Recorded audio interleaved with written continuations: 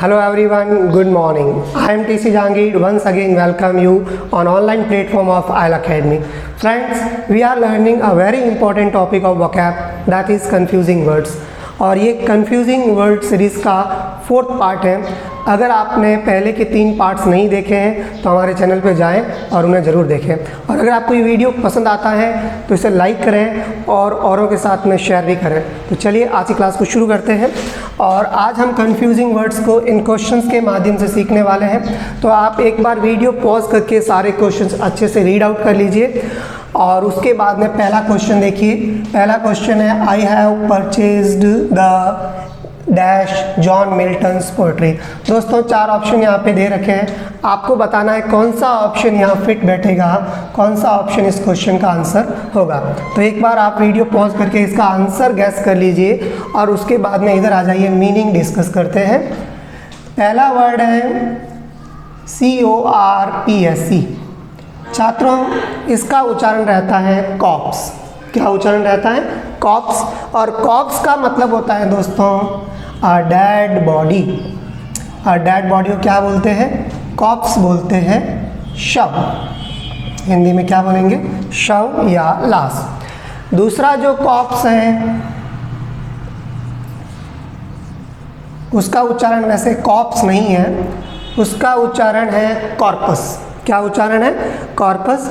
और मित्रों कॉर्पस का मतलब होता है a large collection of writing.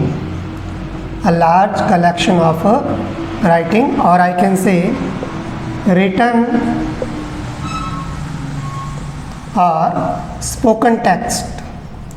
तो जो भी बोला गया है, जो भी लिखा गया है, उसका जो पूरा कलेक्शन है, जैसे किसी पोएट ने, किसी राइटर ने अपनी जो भी रचनाएं की है, उसका जो पूरा संग्रह है वो क्या कहलाएगा?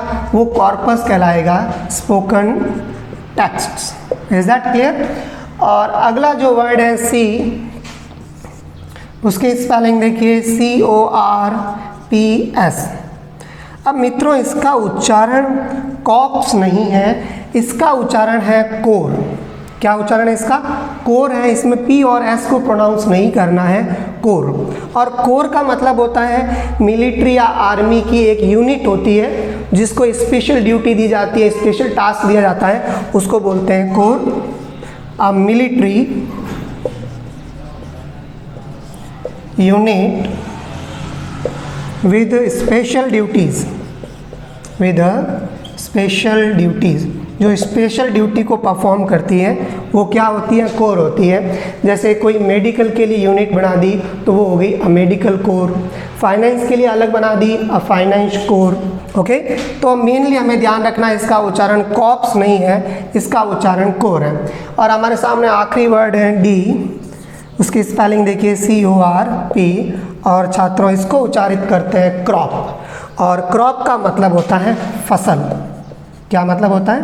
फसल। जो हम खेत में अनाज उगाते हैं या पौधे की जो खेती होती है वो क्या कहलाती है? क्रॉप कहलाती है। अच्छा, क्रॉप का मतलब एज ए वर्ब काट के छोटा करना भी होता है। जैसे आप फोटो को काट के छोटा करते हैं, क्रॉप करते हैं, यानी कट ऑफ शॉर्ट, काट के छोटा करना। चलिए मीनिंग्स हमने डिस्कस कर लिए, अब देखते हैं क्या आंसर होगा। I have purchase the John Milton's poetry. तो कॉर्पस का मतलब तो लाश होता है, तो मैंने जॉन मिल्टन्स की पोएट्री के शव को खरीदा है, ये आंसर तो नहीं होगा, है ना। चलिए अगला क्या वर्ड लिखा है? कॉर्पस। और कॉर्पस का मतलब क्या होता है? संग्रह। जो भी रिटन टेक्स्ट है उसका पूरा कलेक्शन। तो वो हो सकता है I have purchase the corpus of, sorry यहाँ पर ऑफ मिसिंग था, यहाँ लिख देता हूँ मैं, ऑफ जॉन मिल्टन्स पोएट्री। ये यहाँ पर फिट बैठ जाएगा, है ना। बाकी वाले भी रख के देख लेते हैं। आई हैव परचेज्ड कॉप, ये सॉरी कॉप्स नहीं है, ये कोर है, तो ये नहीं होगा क्योंकि इसका मतलब तो मिलिट्री यूनिट होता है और इसका मतलब फसल होता है जिसका यहाँ पर कोई लेना देना नहीं है। तो हमारा आंसर हो जाएगा कॉर्पस। एक बार उच्चारण फिर से देख लीजिए। ये है कॉप्स, ये है कॉर्पस, ये है कोर और ये क्या है? क्रॉप है। Is that clear? चलिए अगले क्वेश्चन की ओर बढ़ते हैं और नेक्स्ट क्वेश्चन देखिए आप लोग, मैं इसे इरेज कर देता हूँ।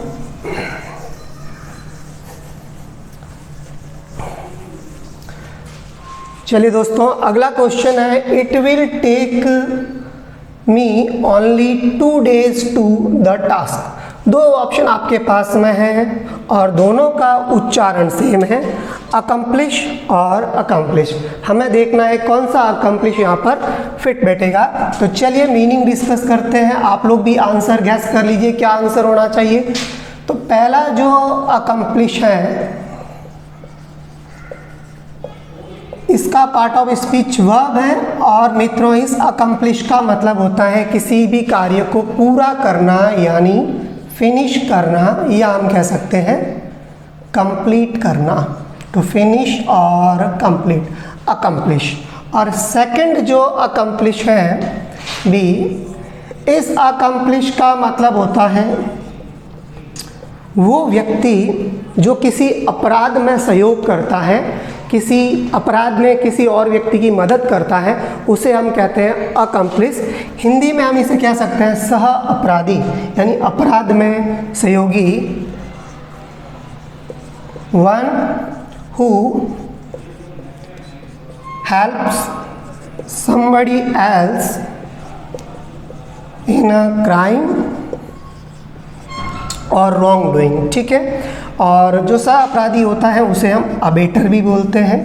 तो इसको भी आप लोग लिख लीजिएगा, अबेटर और अकम्प्लिश का मतलब होता है अपराध में सहयोगी। चलिए इसकी स्पेलिंग मैंने गलत लिख दी है, अकम्प्लिश, करेक्ट कर देते हैं अकम्प्लिश।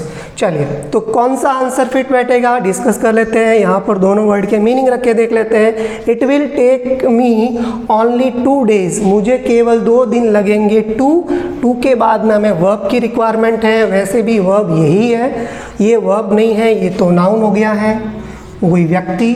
तो it will take me only 2 days to accomplish the task, task को पूरा करने में केवल 2 दिन लगेंगे। तो हमारा ऑप्शन हो जाएगा ए, अकम्प्लिश,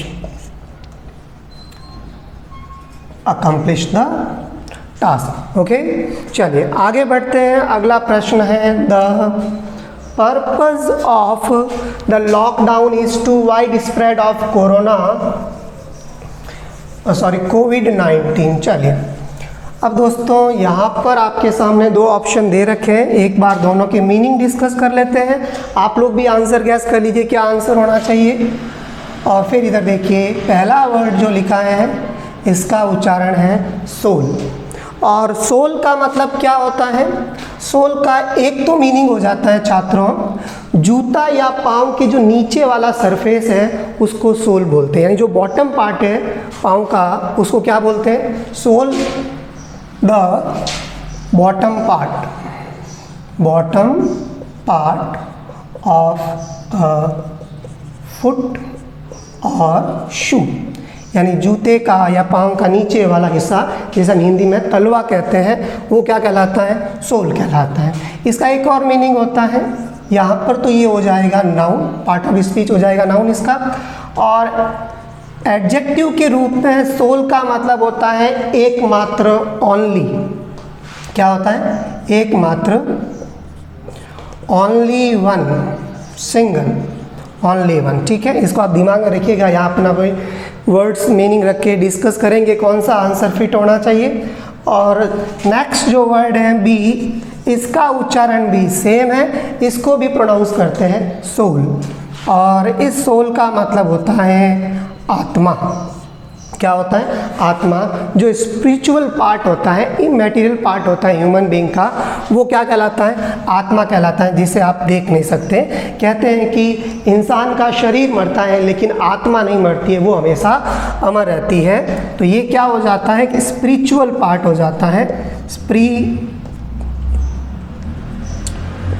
स्पिरिचुअल और इमैटेरियल पार्ट, यानी ये मटेरियल नहीं है, इसे आप देख नहीं सकते हैं, इमैटेरियल part of a human being.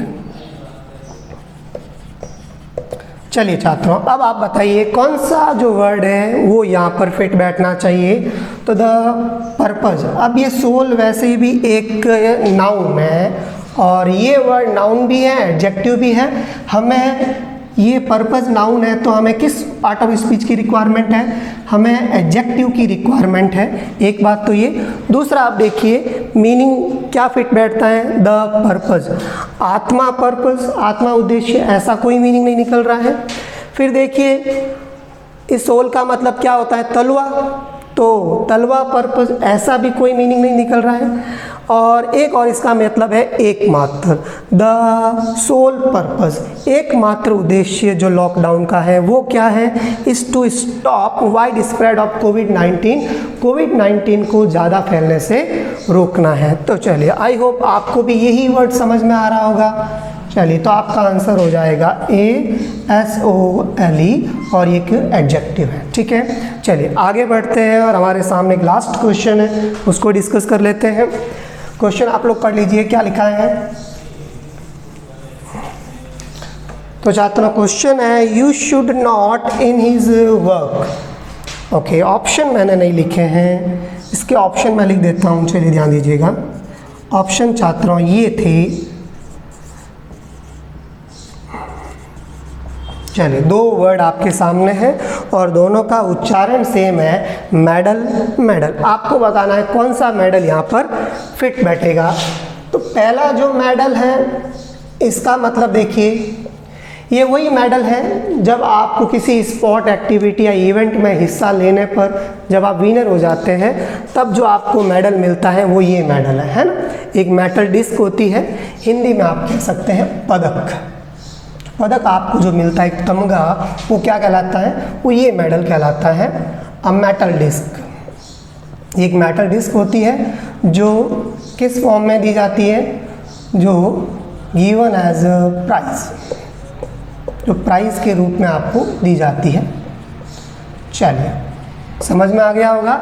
और अगला जो नेक्स्ट वर्ड है मेडल, बी, इस मेडल का मतलब होता है किसी के काम में हस्तक्षेप करना, उसमें दखल देना, क्या करना कहलाता है, मेडल कहलाता है। आपने बहुत ही कॉमन वर्ड सुना होगा, इंटरफेयर करना। क्या करना, इंटरफेयर करना, या दखल अंदाजी के लिए ये वर्ड भी काम में लेते हैं, इंटरसीड, या बोलते हैं इंटरपोज करना।